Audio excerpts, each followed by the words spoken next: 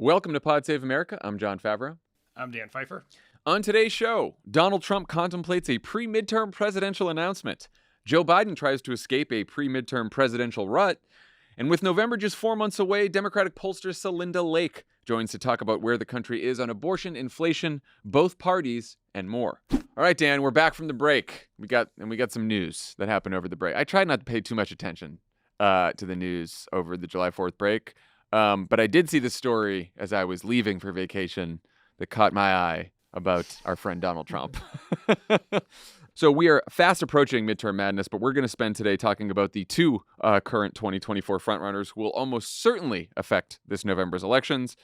One former president who may be on the cusp of announcing again, and one current president whose tumbling approval rating is hovering close to his predecessors.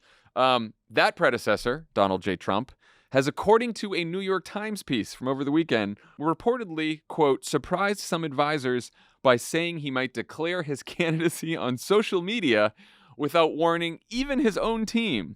And aides are scrambling to build out basic campaign infrastructure in time for an announcement as early as this month. Dan, what do we know about why Trump may want to do this, other than the Occam's razor explanation that he's a deranged sociopath driven by a mixture of boredom, narcissism, and vengeance? Well, I think you nailed it. That's it. No notes. You got it. That's good. Doesn't seem like we go have to an ad break. We don't have to scratch much deeper than that. Well, I do since we do have time to fill here. I will offer some additional emotions which you did not include in your list. One is weakness, and the other is insecurity. I think that what is driving this is that Donald Trump is sitting in Mar-a-Lago, stewing in his own juices, watching the January 6 hearings sort of portray him to be the complete and utter deranged lunatic that he is. He's sitting in Florida watching Ron DeSantis become sort of the belle of the Republican ball. In his own backyard, no less. Right before his eyes, right? He sees these polls that show, depending on which one you look at, maybe Ron DeSantis is gaining. He's becoming an alternative. There are a lot of people talking up Ron DeSantis. And I think Trump, for all of his idiocy, and much of the preceding paragraph you read is exhibit A of that idiocy, he does have like an instinct for like raw political power.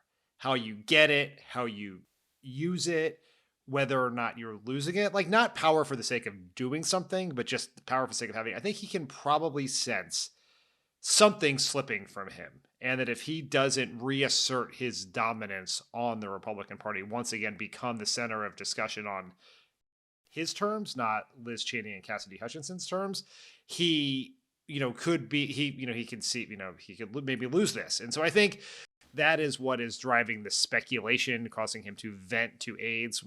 All the caveats here that Trump says lots of things. He says those things to his aides. His aides then proceed to leak them to reporters. And oftentimes those things do not come to pass. But I think that is what is driving this desire of his to announce for president in 2022. You think maybe his red checkmarked truths aren't traveling as far as he thought they would? Well, we know that in a lot of reporting, we know that is one of his great frustrations, is that his teeny tiny little social media company is not getting the attention to which he has become accustomed on the other social media platforms that have, at least up until now, banned him. I do think he might think that were he to announce for president, he might get back on other platforms, get more attention. He definitely feels like he's struggling to get his statements out there, either via truth, retruth, or like really poorly edited, very long written statement, which I presume is like faxed to people or something. Especially if Elon closes the deal, right? Then he can hop right back on Twitter and go from his red check to his blue check, and then he's off to the races. I'd be really interested to see, it's a total side note and probably a topic for offline, but be very interested to see like what the conversation at Twitter would be pre-closing of the deal if Trump were to announce for president. Knowing what the likely future owner is going to do, it just becomes much harder it shouldn't be harder, but you can see the public conversation shifting around his bans and suspensions at Facebook, Twitter, et cetera, if he is a active candidate for president. Yeah, I mean, this is the fundamental problem that kicking him off Twitter has never solved, is that the Republican Party is still one of two major political parties in America, and he has largely captured a big chunk, if not almost all of the Republican Party.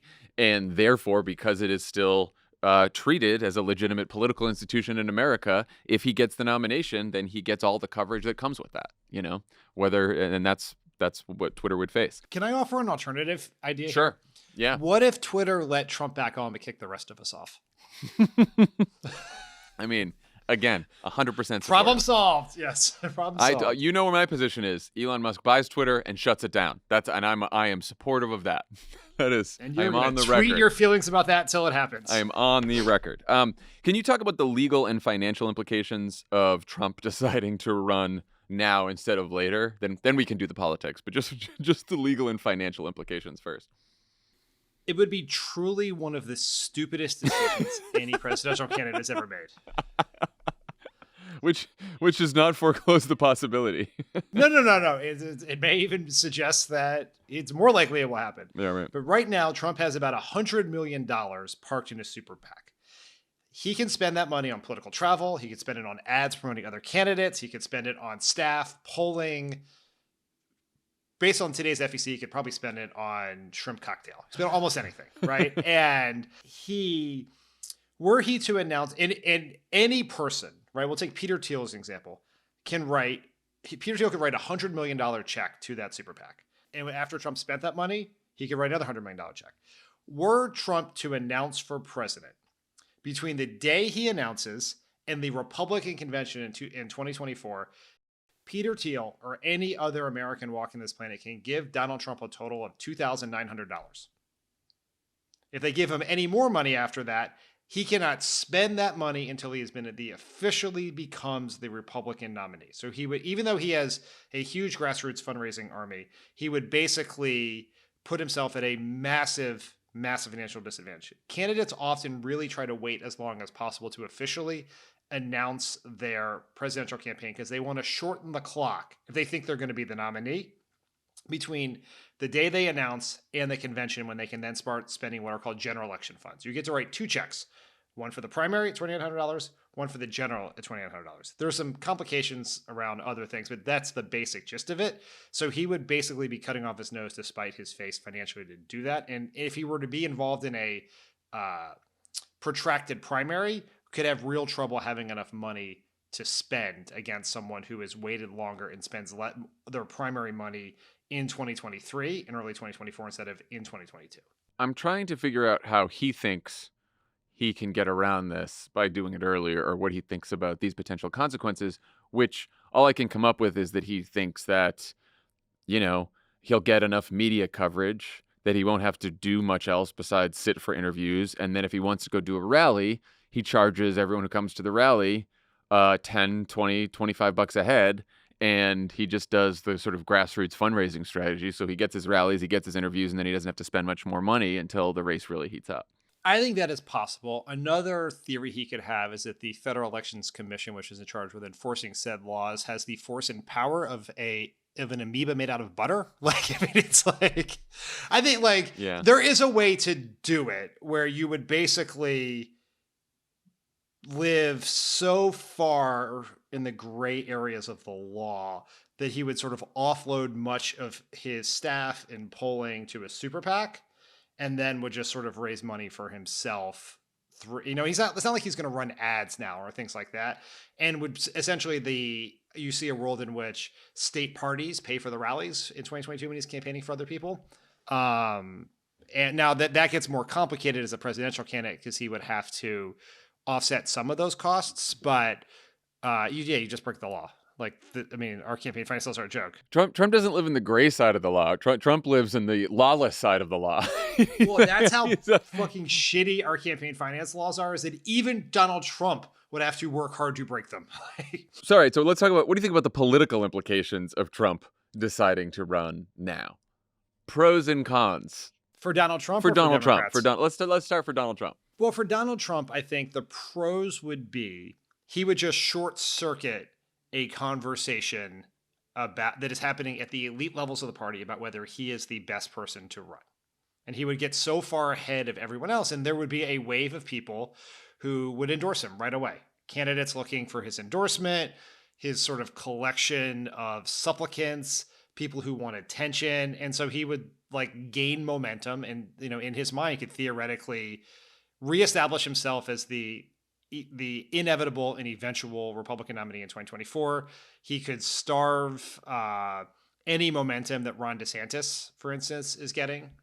So that would sort of be the argument for it, in addition to, I think, the thing we referenced earlier about possibly getting more attention, a lot, which would give him a better platform to fight back against in his mind, the January 6th hearings, and then whatever various legal troubles he has on the horizon. Cons for Donald Trump. The con would be one. I mean, we mentioned the fact that it would really make his eventual presidential run much more challenging financially and logistically. The con would also be, let's say that Democrats do better than expected in these midterms, and it happened after Trump was announced for president. That would be, I think, a pretty devastating reinforcement of the argument that it might be Republicans' worst candidate to run in 2024. Yeah, making the midterms a referendum on Donald Trump instead of Joe Biden, or even like introducing Donald Trump as a character in the midterms who is not just hovering out there for 2024, but is right now trying to become president again, and then making every single Republican candidate in a tough race swear their loyalty to Donald Trump as he's running for president is probably something I'm guessing a lot of those Republican strategists who have candidates in competitive districts and competitive states probably don't want to do. Yeah, as a general rule, I would bet if you did a poll of Republican strategists and Democratic strategists, every single Republican strategist who's not getting rich on Trump's various political committees would think this was a terrible idea, and every Democratic strategist would hope that it happens.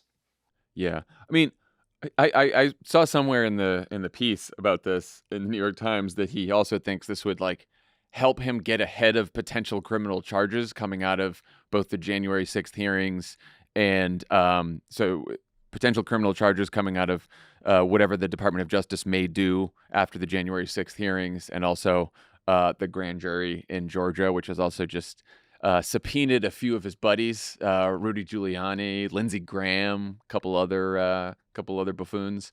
What do you make of that argument that he thinks this could help him get ahead of potential criminal charges? Because it doesn't make a lot of sense to me. Well, certainly legally, there's not a lot of evidence that it would make sense. It's so hard to try to like take a trip into Donald Trump's pea brain to figure out why he thinks certain things. But if I were to try to do that, I guess there would be two possible ways in which he might think this would help him. One is, and I don't really think he would think this because it's like a slightly more complex thought than he would have, but is if Merrick Garland, and I don't know this to be the case, and I don't believe it to be the case, but if the Department of Justice, they're having real conversations about the political optics of the Department of prosecutors at the Department of Justice pursuing a criminal conviction of their boss's most likely 2024 opponent, the fact that he is actively running to replace Joe Biden would potentially add to that concern. I don't think that's really what's happening here, but I'm just trying to figure out what it is. The other way, the more simplistic way, is just picture the world in which Merrick Garland holds a press conference, or probably not even Merrick Garland, some U.S. attorney somewhere holds a press conference and says, we are announcing that a grand jury today indicted Donald Trump for criminal conspiracy to blah, blah, blah, blah, blah. There will then ensue a conversation about whether it is a wise decision for the Republican Party to choose as their nominee someone who is currently indicted for trying to overturn an election. And Donald Trump can say, aha, I've already announced. I'm already running. So yeah, but this to me is another political con for him too, is that the January 6th hearings, if they do nothing else, if DOJ doesn't move, if Georgia doesn't turn out to be anything, have reminded Americans of what a fucking criminal Donald Trump is. Like, I think it has hurt his approval ratings again, which were sort of like, he was out of sight, out of mind for a little while. He was actually doing okay. Him being thrust back into the spotlight, anytime he's thrust back into the spotlight, always reminds Americans of, what an asshole he is, at least most Americans.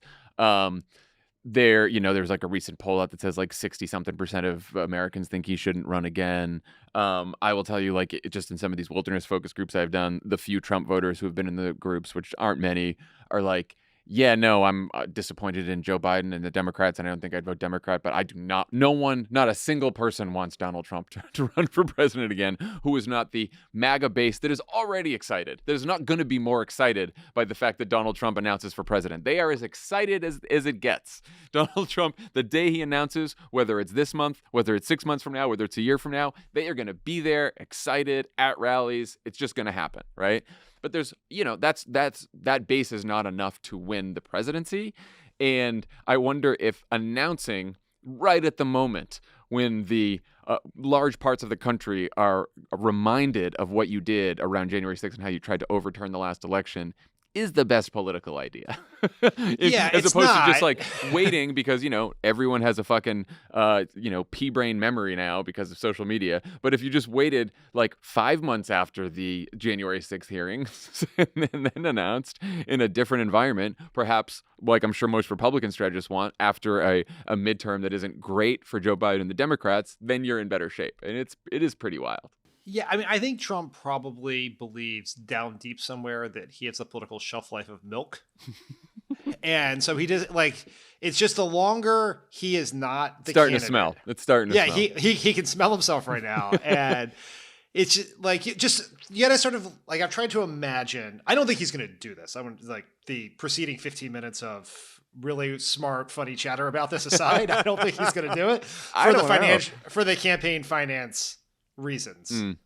Like, I just find it hard to imagine he's going to file with a statement of candidacy with the FEC before this election. When someone's like, hey, do you want to have a couple of rich people give you all this money you can spend forever? Or do you want to go around raising $2,900 per person? Right. Yeah. I don't think he's going to want to do that because that's work. But you do see a world where he's like, he comes out, he posts, he truths something, and it says, he just something. That's the right use of it, right? Isn't that what you do? That's why I'm laughing so hard because it's the exact right use. So then he goes on Hannity and he's on, Steve Bannon's forum, and then they go to Lindsey Graham. They're like, Lindsey Graham, Donald Trump said he'd run for president. Do you support him? He's like, yes. And then all the rest of the fucking yahoos are like, yeah, I got to say yes too. And then all of a sudden it's like 37 of 50 Republican senators have endorsed Donald Trump, and all the, like, Greg Abbott running for re-election. And then you see it and you're just like Ron DeSantis just sitting at home by yourself in Florida trying to ban your own books. It's just like, so I can see a world like that. Is that the right way you would do it? But if you were just like, what I care about is just maintaining control of this party, and I'll figure the rest out later, you can sort of see a world in which that works better for him than you would think. And to Donald Trump, maintaining control has always been about maintaining attention, right? It's an attention game, which of course is politics today in the social media age. You just mentioned the other fucking yahoos, Ron DeSantis and the rest. If you were DeSantis or one of the more delusional potential Trump opponents like a Mike Pence or Mike Pompeo, would an early Trump announcement give you pause about your own candidacy? Do you think that would effectively freeze them out?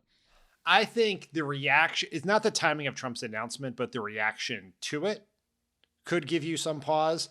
But I don't like Mike Pompeo. What should give Mike Pompeo pause is the fact that he's Mike Pompeo. Like, I don't care if Donald Trump never announces Mike Pompeo, you're not going to be president. But like a very smart Wired and political reporter told me something a few weeks ago about Ron DeSantis. Gesser was asking, like, I'm presuming Trump's going to run. Would DeSantis challenge him? And the person told me is that DeSantis really has looked at Rubio and Christie and what happened from them from missing their shot in 2012. Right? They were the stars of the Republican Party. They passed up on that because they thought they either couldn't beat Obama or whatever it was. And then by the time they ran 4 years later, they were old hat, no one cared, and they were basically, Rubio's making penis jokes on stage with Donald Trump, right? Like, that's where you end up. And like, this is his moment, right? And this person even told me that, like, at least people around DeSantis have cited Obama as someone who understood that you run when you have your shot, and if you don't run, then you'll probably never get your shot again. So I think there's if that is true, then I think he probably runs anyway, because if he wants to be president, will be his best chance whether Trump runs or not. Can I ask, how often do you speak to Hugh Hewitt? Well, John, I just spent a lot of time at the Nixon Library just doing some research. Just bumped into him there. Yeah, no, this was a not a DeSantis fan per se who told me this. If I was giving DeSantis advice, I agree with all that he does need to just shoot a shot if Trump decides to run. But like from the get-go, right out of the gate, you have to have your case. If you're Ron DeSantis, why, not just why you, but why not Donald Trump? You cannot do the 2016 thing of, let's just pretend Donald Trump isn't there. I'm going to make the case for myself. I'm worried about attacking him because if I attack him, then he'll go after me and then someone else will rise. Like, I think you need to have at least an implicit case, if not an explicit case, why it should be you and not Donald Trump. And I don't know if Ron DeSantis has got that in him, but we'll see. I mean, in the case is Donald Trump's a loser. Yeah, you could. Yeah, didn't win, can't win. You got the election close enough for Joe Biden to steal, right? Because they all have to admit that they all have to say that the election was stolen to keep up appearances, because they're all fucking fascist assholes. The presenting sponsor of Pod Save America is Simply Safe Home Security. No matter what crazy things are going on in the world, home should feel like the safest place on earth for every family. With Simply Safe's advanced, professionally monitored home security, someone is always looking after your home and family. Lovett loves Simply Safe. He's been protected for years. You bet I am. And he's set it up you himself. Bet I did. Set it up himself. I set it up myself. Works really well. Keeps pundit safe too. Keeps pundit safe. It's kept pundit safe. Customize the perfect system for your home in just a few minutes at simplysafe.com/crooked. Go today and claim a free indoor security camera plus 20% off with interactive monitoring. Go to simplysafe.com/crooked. Pod Save America is brought to you by Beam. Did you know that poor sleep can cause weight gain, mood issues, poor mental health, and lower productivity? Yes, yes, yes. Sure did. And yes. Put it on my tombstone. Also, sleeping less than 6 to 7 hours per night is linked to a reduced white blood cell count. Not many people realize this, but having a consistent nighttime routine is so important. And at Beam, a better tomorrow starts tonight. We love Beam Dream. They've got this great sleep product called Dream Powder, which is their healthy hot cocoa. Today, our listeners get a special discount on a brand new, delicious new summer flavor of Dream Powder, Sea Salt Caramel. I love sea salt. Love sea salt caramel stuff. Sea Salt Caramel Dream Powder tastes just like the caramel drizzle on your summer ice cream cone, but with only 15 calories. Better sleep has never tasted better. It contains natural sleep-promoting premium ingredients, triple lab-tested, no THC, and you wake up refreshed. 98% of people surveyed fall asleep faster when taking Beam Dream, and 99% of people experience better sleep quality. You just mix Dream into hot water or milk, stir, and you enjoy before bedtime. Let me tell you, I love this product. Got an early flight tomorrow. Don't want to have to wake up super early, so I really want to get to bed tonight. So I'm gonna take like 10 of them. I'm gonna pour in some sea salt caramel into my and mix it up tonight and enjoy a delicious drink that's gonna help me sleep better. There you go. Yeah, that's what I'm gonna do. And if you don't love it, you can get your money back guaranteed. If you want to try Beam's new Sea Salt Caramel Dream Powder, it's only available for a limited time, so be sure to grab some before it runs out at the end of this summer. Get up to 35% off when you go to shopbeam.com/crooked and use code crooked at checkout. That's shopbeam.com/crooked and use code crooked for up to 35% off. Pod Save America is brought to you by Article. Article's launched their new line of outdoor products for summer 22. Think oversized statement loungers, streamlined dining pieces, and easy-to-style sofas for all your backyard needs. With 42 new pieces, plus a selection of bestsellers from seasons past, Article has what you need to outfit the deck of your dreams this summer. Article combines the curation of a boutique furniture store with the comfort and simplicity of shopping online. Their team of designers focuses on beautifully crafted pieces, quality materials, and durable construction.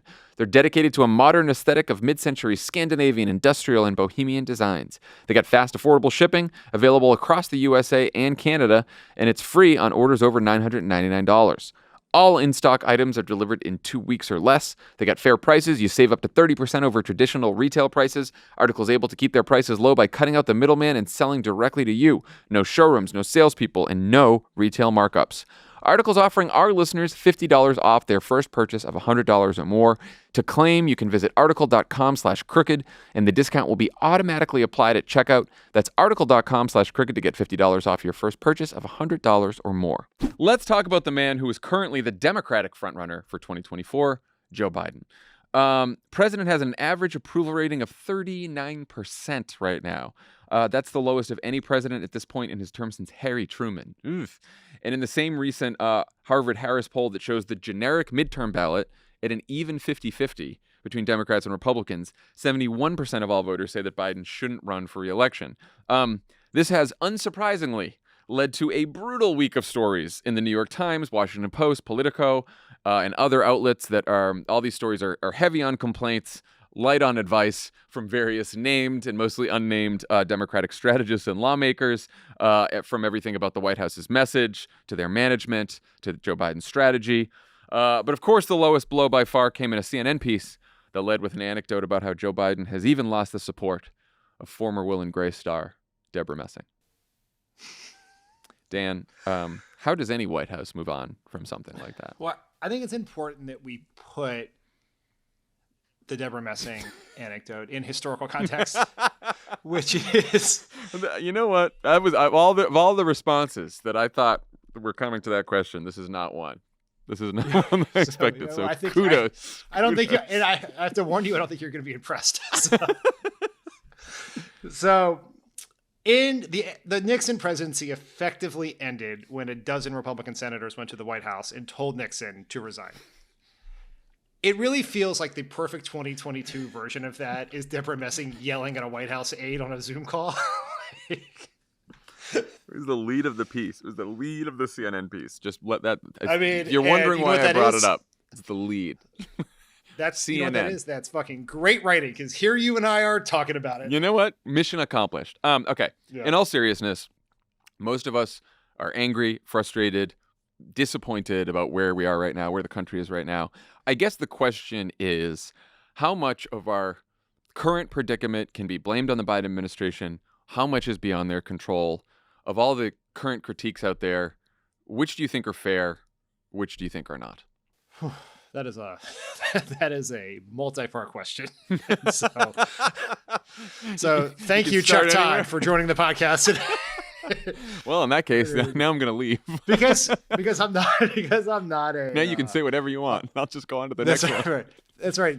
The one thing White House reporters never realize, if you ask a multi-part question, the president only has to answer the part they want to answer. But because we're here to inform, I will try to answer all of them. Look, I think I just want to stipulate I'm very biased on this question. I am biased because I worked in the White House, as you did. I know how fucking hard those jobs are. I have been in not Deborah Messing anecdotic side. I've been in stories very much like this. Mm-hmm. I guess our version of the Deborah Messing story was when Bryan Cranston, who was playing LBJ on Broadway, I think did an interview with Maureen Dowd where he said that Barack Obama was not doing a good enough job twisting arms. Wow. Like that was our version of Deborah Messing. I have blocked a lot of this stuff from my memory, but I'm glad that you I hold many a grudge. And so, but it's either here or there. And I also love Joe Biden. I think he is a very good person doing a really fucking hard job to the best of his ability. And all the people in the work in the White House are also our friends. Mm-hmm. And we also know they're really fucking smart and they're working their asses off and they in a really, really hard environment. And so like, that's all to say that I'm quite biased on this. What I think the vast majority of the political problems for Joe Biden are because we are in an era of historic inflation. We now have a Fed raising interest rates to combat that inflation. We now might have a recession because the Fed is raising interest rates to combat that inflation. You have a war in Russia. You have a pandemic that won't go away. You have a radical right-wing Republican Party openly plotting an insurrection, and very little that Democrats have to have the ability to stop that. That leads to a whole bunch of frustration. Very little of that is under the direct control of Joe Biden. And that is not to say that the responses could not be better. They cannot be faster. They cannot be louder. Like, is Joe Biden doing every single thing he can to deal with inflation? No. But if he did do everything he could, would it make a gigantic difference in what people were paying at the pump or at the grocery store? No. Was the response from everyone in the party, not just the president, to the ruling on Roe insufficient and too slow? Yes. Is it a completely fair critique that with 6 weeks notice, the White House has not yet released their executive actions? 100%. But if they had nailed that 100% and done everything that was in the very useful, plans and tweet threads and op-eds put out by like Elizabeth Warren and AOC, I think that would still feel insufficient to people, because you have the Supreme Court filled with justices who were appointed by presidents who lost elections, taking away constitutional rights from people for the first time in modern history. Like, there is nothing the president could say that's going to solve that. And so I think could they be doing better? Absolutely. If they did everything perfectly, would Joe Biden be at 50% and Democrats on the glide path to victory? No, of course not. Like, there is a tendency to focus on the stylistic versus the structural. The crux of the political problems are structural, in my opinion.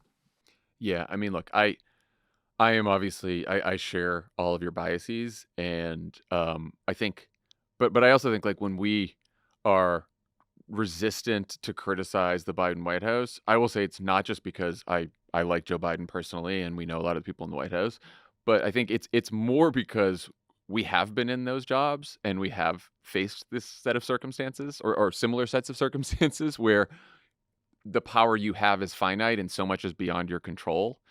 And I think that like 70% of the job of being president is substance and what you get done, and 30% is performance. But the media coverage is like 70% performance and 30% what you get done. And I think on the performance side, the community, and again, saying these words brings me back it to... It hurts me to know you're right? saying them. Because in the White House, it would be, Barack Obama has a communication problem, and all of us worked in communications, and we were like, it's not our fucking fault that we're trying to dig out of a recession and that we couldn't pass the version of the Affordable Care Act that we wanted, and that Congress isn't playing along with what we want to do, and all this other bullshit that's happening. And yet the critique would be that Barack Obama is not emoting enough. He's not performing enough. He's not the same storyteller that he was in the campaign trail. And the reason for that, there are many reasons for that. You are constrained by the office of the presidency, or you're constrained by what you can say when you're president of the United States. You're constrained by the White House itself, both the physical nature of the White House, the inability to get outside, to do big rallies like you, all this kind of shit. I do think that particularly in Barack Obama's second term, thanks to you and a lot of the people who are still there, you guys figured out creative ways to meet the moment in terms of where the media environment had how the media environment had changed, and you got creative, and everyone was more responsive to the news cycle. And I do think that we don't love the fact that I think the Biden folks rightly prided themselves during the campaign on like not responding to the Twitter crap of the day, and we all know how much the Twitter cycle of the day sucks, right? But I do think being nimble and responding to the news cycle is something that this White House has not been great at. And, we talked about this, but like yesterday he went to Ohio, Wednesday, and he did an event about pensions and how the American Rescue Plan saved a lot of people's pensions, which is something that I'm sure is very popular and is also just really good policy, right? Congratulations, he did it. But it is weird to be giving a speech about that when we are a week out from the Supreme Court overturning Roe v. Wade, and there was a horrible mass shooting over the 4th of July weekend. And then you could say, okay, well, what do you want him to do? What do you want him to say? Like, he does not have, he's sort of like worked through a lot of the executive actions he has. And also in the fucking Senate, you still have the one thing that you didn't mention that's beyond his control is you don't really have a true Senate majority, because Joe Manchin is basically a fucking Republican and Kyrsten Sinema is a fucking weirdo. We've never, you could say Democrats control Washington. Democrats don't really control Washington because we don't really control the Senate. And we've talked about this a million fucking times. We've talked about it for 2 years now, and it's like enraging to keep talking about it. But like, if I was president, would I go out there and say like, get rid of the filibuster and I'll codify Roe and I'll get rid of the filibuster for everything? Yes, of course. And Joe Biden has now said that for voting rights and for Roe v. Wade. Would I say that I want to expand the Supreme Court so that it's not the most right-wing radical court in generations? Yeah, of course I would. And then you know what Joe Manchin would say? Fuck you. You know what I'd be able to do about that? Nothing. Because he gets a vote, right? And so, but I do think that like there are a whole bunch of ways that Joe Biden and look, I also include the Democrats in Congress, right? Who should not get off easy on this. Joe Biden not. and Democrats in Congress should be out there showing a sense of urgency and showing that this is the fight of our lives and acting like they are going to run through a brick wall for the American people every single day. Will that make substantive progress in Congress? Probably not until this election. But will it potentially build the political coalition we need to win a real majority and also earn the trust of people who want to believe that if we do get that real majority, we're going to make real progress? Yeah, maybe. And like we can criticize performance all we want, but performance and the urgency and the passion behind performance is one way to build the trust and the political majority you need to deliver real change. And I do think on that front they could be doing better. I remember it taking Barack Obama and all of us, myself in particular, a while to figure out that sometimes the job of the president is to say the thing that people want to hear.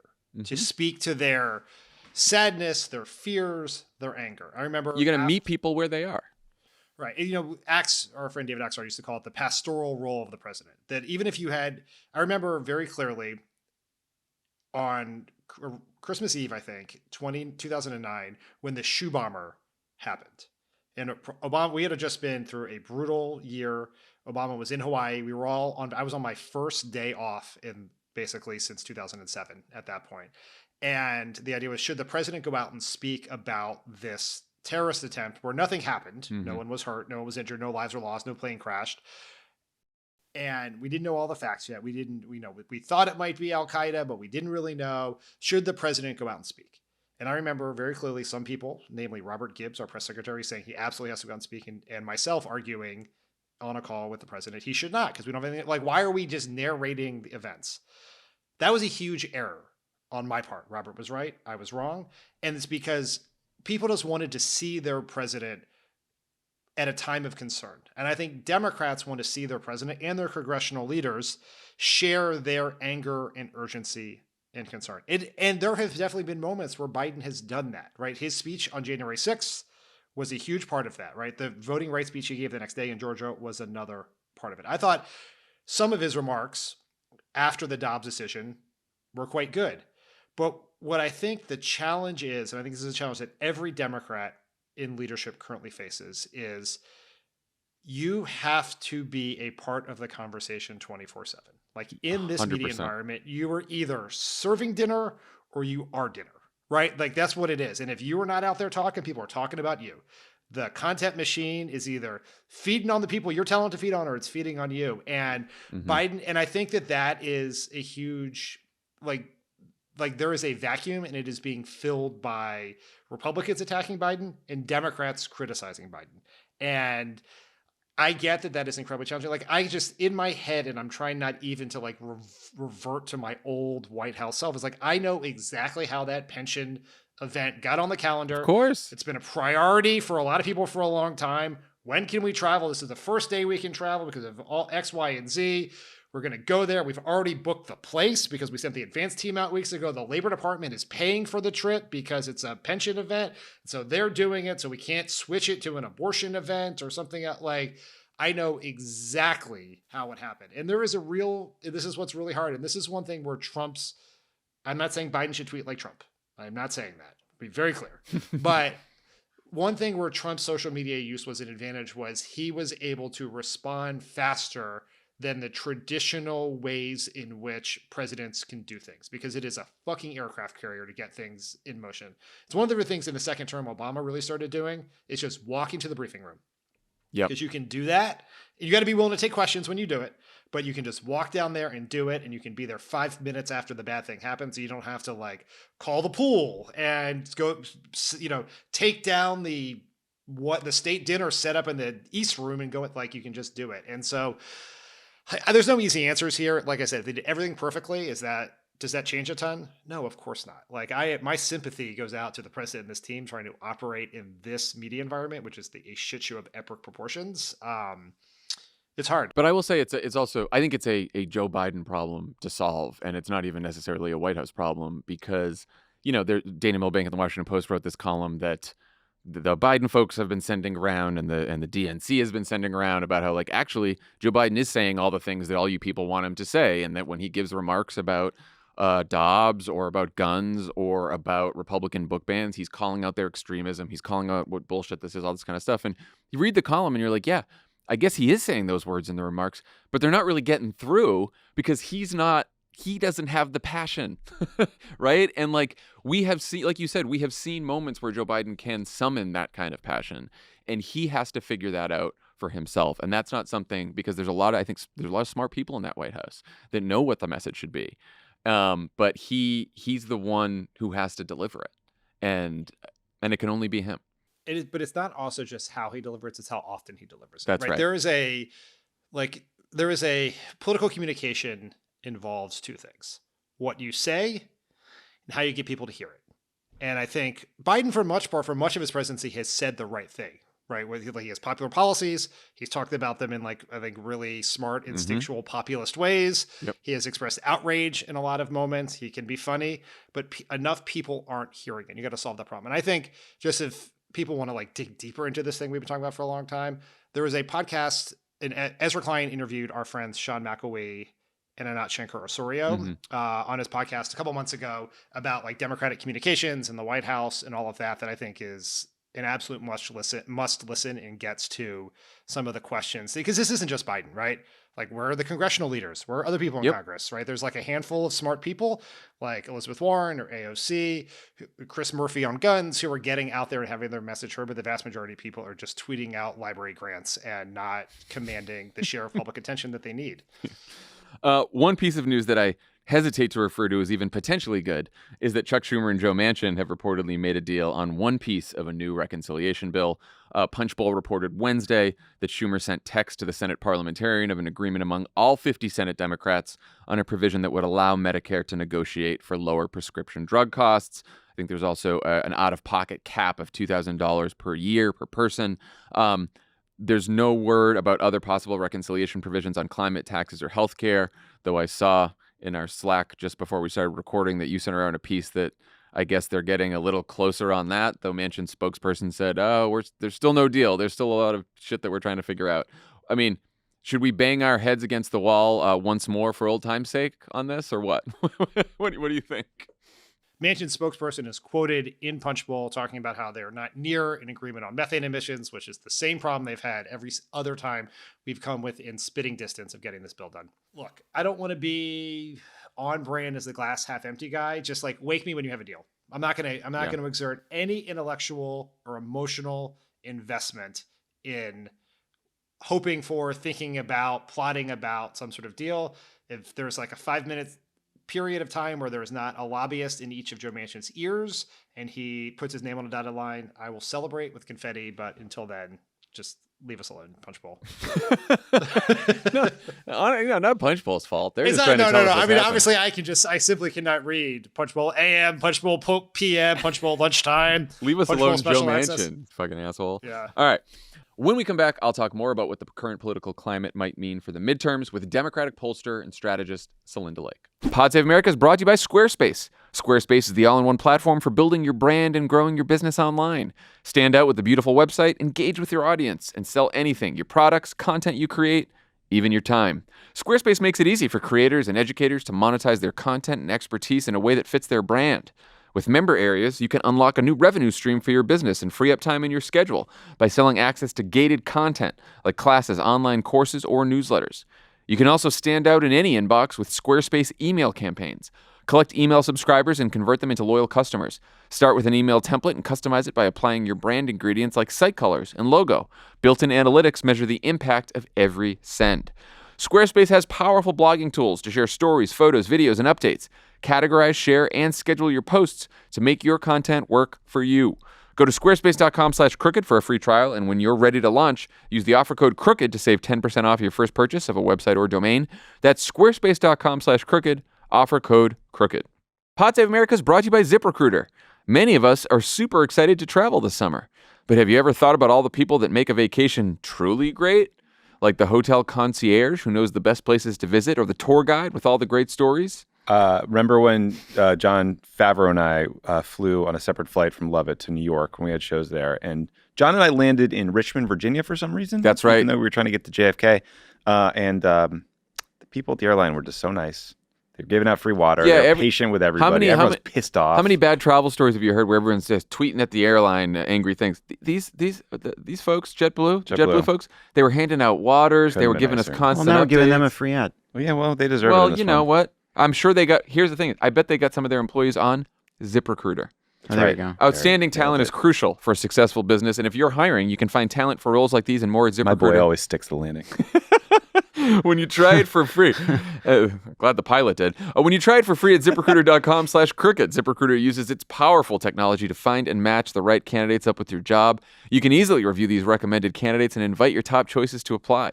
Additionally, ZipRecruiter has a complete suite of tools that makes it easy to filter, review, and rate your candidates. Plus, 4 out of 5 employers who post on ZipRecruiter get a quality candidate within the first day. So, travel to this easy-to-remember website destination. ZipRecruiter.com/crooked. That's where you can try ZipRecruiter for free. Again, that's ZipRecruiter.com/crooked, CROOKED. ZipRecruiter is the smartest way to hire. Now a word from our sponsor, BetterHelp. Love it, Tommy. Discuss ways you take care of your mind. A little mindfulness meditation that'll help. Get out of the house, go for a walk. Put your phone down in the other room. That's a good one. I switched from podcasts to something called music. That helps too. I find that I don't need to be in constant conversation at all times. In fact, I was listening to an episode of Strict Scrutiny, and I flushed the toilet, and I panicked that I thought that our host would hear me. Oh, wow. Wow. Yeah. That's real mindfulness. That's a good in time way. to switch. That's good. I take walks without the phone now. That's good. Some walks. That's good. All of those, you listening, though, you should just stick to podcasts. How we care for our minds affects how we experience life, so it's important to invest time and care into keeping them healthy. There are plenty of ways to support a healthy brain, like learning a new language or taking power naps. There's also BetterHelp Online Therapy. BetterHelp is online therapy that offers video, phone, and even live chat-only therapy sessions. So you don't have to see anyone on camera if you don't want to. It's much more affordable than in-person therapy, and it's available worldwide. BetterHelp will assess your needs and can match you with your own accredited therapist in just under 48 hours. Visit BetterHelp.com/PSA and join the over 2 million people who've taken charge of their mental health with the help of an experienced professional. Our listeners get 10% off their first month at BetterHelp.com/PSA. That's BetterHelp.com/PSA. And we're back with the midterms just 4 months away and Democrats still search for a clear message amidst the onslaught of bad news. We thought we'd bring back one of the smartest strategists and pollsters in the business to help us make sense of it all. Celinda Lake, welcome back to the pod. Oh, thanks. I love being here. Thank you for your astute analysis. We love having you. So, wrong track numbers are as high as they've ever been. Joe Biden's approval rating is as low as it's ever been. You talk to voters all the time. How much of this reflects concern over inflation and gas prices among the broader electorate? And how much of it do you think reflects the predominant media narrative about, Democrats being disappointed in the Biden administration? I think it's mostly the broader narrative and the uncertainty of everything. I mean, every time you turn around, Democrat, Republican, or Independent, you're hit with something new. The inflation, the war, Uvalde, Highland Park, Buffalo, you name it, storms, floods, Yellowstone National Park closing. When does Yellowstone National Park close? I mean, it's just like people just feel, as one millennial said, this country's a dumpster fire. And I think that's what Americans feel like. So, you'd have to be kind of crazy to say things are going in the right direction. But that's different than saying who's working on your behalf, where we have an 8-point advantage. Who cares about people? We have a 6-point advantage. It's a tough environment. I'm not kidding. It's easy to be demoralized. But things like Roe v. Wade being overturned, and where that leads with birth control and marriage equality and interracial marriage, the stakes are getting very clear for the 2022 elections. Well, I just asked Dan this in our last segment, so I'll ask you too. What kind of advice would you give Joe Biden right now, knowing that much of this is beyond his control or beyond any president's control, as we've seen from all our years in Democratic politics. But what is within your control is the executive actions that you can take, your message, what you emphasize, what you focus on every day. What advice would you give him right now?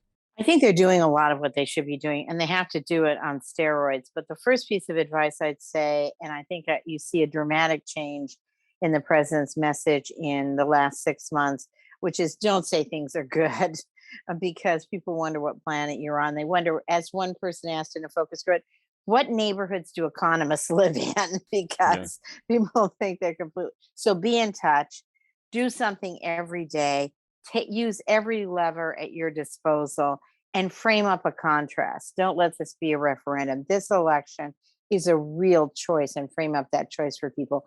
They're doing a lot. The administration is doing a lot. I still think they have some work to do in terms of packaging it in a way that people notice it, can remember it. It's hard to get coverage for executive actions, but do something every day, frame it up, show the contrast, and and pass some things this fall. We desperately need to get prescription drug reform passed. We need to get the ACA subsidies extended. There's a lot we can be doing. We need to do it. Do you think they've been nimble enough on figuring out sort of what messages to push out every day? We're talking on Thursday. On Wednesday, I know he did an event. Biden did an event in Ohio. It was about pensions and some of the work they've done to save people's pensions, which is great work. And I'm also sure, without being a pollster myself, that polls really well. At the same time, you look at the news and, there's more mass shootings. We're still only a week out from the Supreme Court overturning Roe v. Wade. Do they need to sort of be more in the news cycle with what they have him saying, or is it important to just get those economic messages out no matter what? I think it's important to get the economic messages out no matter what. And they have been pretty aggressive on the guns message and on Roe v. Wade. And the vice president has been very active on Roe v. Wade. But I do think you're identifying a problem, which is, first of all, there's so much going on, it's hard to process anything. And then I think in some ways it has to get delivered to real people's tables before they're going to really process this. But I do think there is a packaging problem. I think all of this needs to be packaged under an overall umbrella that is the contrast. We're for the people. We're for the will of the people. They are for the corporate special interests. They are for their own power. There is a real choice here. There is someone who will not allow an abortion, even in cases of rape and incest. And there is a party that is fighting to maintain abortion care and birth control and support children that are born with a child tax credit. And there's a party that took that child tax credit away from 3.5 million poor kids. They didn't just not do it, they took it away. That's something that's really serious. So I think we've got a framing problem of how to connect all of these dots in a way that people can go and say, yeah, that's my guy. That's my party. They're on my side. They're getting something done. Speaking about the midterms, are you surprised to see the gap between Biden's lower approval ratings and polling that shows Democratic Senate candidates like Raphael Warnock and John Fetterman holding their own against Republican opponents in two very competitive swing states? Yes. And in fact, we're going to pick up Senate seats. I think that's a pretty safe prediction. And I think, first of all, Senate campaigns, unlike House campaigns, have the ability to develop their own message. They have enough money. They get enough press attention that they can develop their own personas. And these are big people in their states. And so is Ron Johnson. So is Tim Ryan. I mean, these are big figures. Bush Valentine in Missouri, a sleeper candidate, in my opinion. So I think these Senate races have the money to develop their own dynamic. And voters aren't looking in this state. I mean, the irony is in 2020, Joe Biden didn't have as much coattails as we might have hoped. He had some coattails in Georgia, although I think the Georgia races brought him as much as he brought the Georgia races. But he didn't have a lot of coattails I don't think I don't, when you're voting for Senate in your state, do you need to look at the president to decide who to support? No. And these Democrats are setting up a populist fight. They're setting up a change message, and they're setting up a contrast. And that's what we need to do presidentially too. But it sounds like you do think that will be harder to pull off for Democratic House candidates. It's much harder in the House, I think. I think we need waves are what influence the House, and the structure right now and the narrowness of the margin makes it tough. But I think there are some things working in our favor. The number of candidates that we have that have taken a strong stand on opposing the overturning of Roe v. Wade, the number of people that are wrapped up and the nominees they have wrapped up in January 6th, which is turning out to be a big issue. The economic distinctions, if we could, I think we need to get some more individualized votes. Like, forget the packages. Let's just vote on lowering prescription drugs and let these people go back and explain, even if we lose, explain to their voters why they think that you drive 40 miles from Detroit to Windsor and you save $310 on insulin. I'd like to see the Republicans that can explain that. We've been talking about abortion a little bit. Just about every poll has shown that around 60% of the country disagrees with the Supreme Court's decision to overturn Roe v. Wade. You obviously look deeper into this polling and conduct focus groups. How would you advise Democratic candidates in competitive states and districts to speak most effectively about abortion in the run-up to the midterms? Yes, I think that the extreme decision and the extreme nature of what the candidates are saying has really made this quite easy. We stand strongly for what was the law for 50 years, that women can make their own personal decisions with their family, their faith, their doctors, and that you cannot make this and should not be interfering in this decision as a politician until you have walked in their shoes, until you have faced these circumstances. This is basic health care. Abortion care is basic health care. And now they're going further. They want to eliminate it in the cases of rape and incest and health of the mother. They want to eliminate birth control. They want to eliminate in vitro fertilization, which has helped so many families have children. They want to go question and investigate miscarriages. This is way too far. This is a deal breaker for a lot of women. And it's motivating for a lot of women to come out. And that's a key factor for us, because right now our side's more demoralized than their side is. They thought they were promised a lot. They're frustrated that things aren't getting done. And this is a real motivator. The choice is motivating here. Do you think candidates should be spelling out a more decisive midterm strategy around abortion? AOC has urged candidates to do this. In Democratic leadership, David Plouffe has urged them to do this and say specifically, if we hold the House and win 2 more Senate seats in November, we will eliminate the filibuster and codify Roe v. Wade. Do you think that level of specificity would help with voters? I think it would help a lot, because what we know is that the positive, the asset model, tests a lot better than the negative and the failure. And when we just focus on the negative, we're getting some women in our focus groups saying, I'm worried it's too late. I'm worried we've already lost it. No, there is something we can do. It's within our hands. It's within our grasps. And we can codify Roe. And we have all the ingredients. Manchin has said he would go along. Biden has said he would go along. Everybody sees the need for this. We are unified in this. So I agree strongly we should make it an issue, but we should say what our positive alternative is. The governors have been very strong about this than the AG candidates, and that's a sleeper race where this is going to make a big difference. They've said, I won't prosecute, I won't extradite. And a lot of businesses are jumping in, and new polling out today shows voters overwhelmingly support their employers getting engaged in this as well, and the businesses that they buy from getting engaged in this. As you mentioned, obviously, Democrats want to make this election a choice and not a referendum.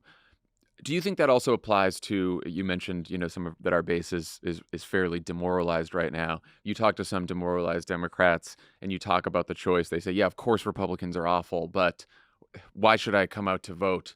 Just because, I'm going to try to stop something worse from happening? Is that the best we can do, or are we going to actually get anything out of my vote? What do you sort of think about in terms of those voters? I think you've identified a key problem, which is we tend to try to motivate people with the negative. I think far more effective to motivate people with the positive. That's what we did in 2018. That's what we did in 2020. We've stored 2018 as it was against Trump, but it was actually for something too. It was for protecting healthcare. So even when you're against a set of actors, you can be for something, as your own words suggested, around choice. Same thing with prescription drugs. And we should beat the people that are taking the wrong positions, Democrat or Republican. We have the power to do that. So you basically you can't forget about both sides of the choice. Make it a choice election, make it about what Republicans are going to do and what they've already done, but also make sure you tell people what Democrats are going to do if we give us a bigger majority. Right.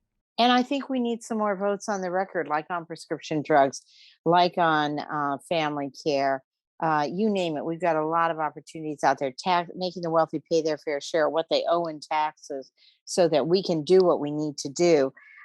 These are contrasts where we can have a positive and a negative. And if we fall a few votes short, okay, it still makes it within goal. The party is clear. The candidates that you're voting for are clear. Let's support them and let's elect a couple more of them and take this back. Last question. We were just talking about how Donald Trump might announce his presidential bid before the midterms. How do you think that would change the dynamics of the race? And how would you advise midterm candidates to adjust their message if that happens? Well, I think it would be amazing because voters do not want Donald Trump.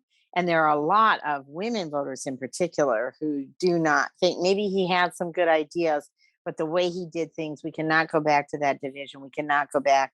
And then I think I think the January 6th hearings are doing a really good job of showing someone who incited a mob, planned violence, is treasonous in my opinion, and in voters' opinion is at least a criminal that should be in jail. So I think that it couldn't be better. It's ironic and it's a pure ego play because the Trump voters are already very energized. You don't need to do this to energize their base, but it will, I think, have an opportunity to energize our base because 2022 is the first vote against Donald Trump coming back in 2024. That's a good message as any right there. Celinda Lake, thank you so much as always for joining Pod Save America. Thank you so we much. appreciate you. Take care. Thank you so much. Thanks, Celinda Lake, for joining us today. And have a good weekend, everyone. We'll see you next week. Bye, everyone.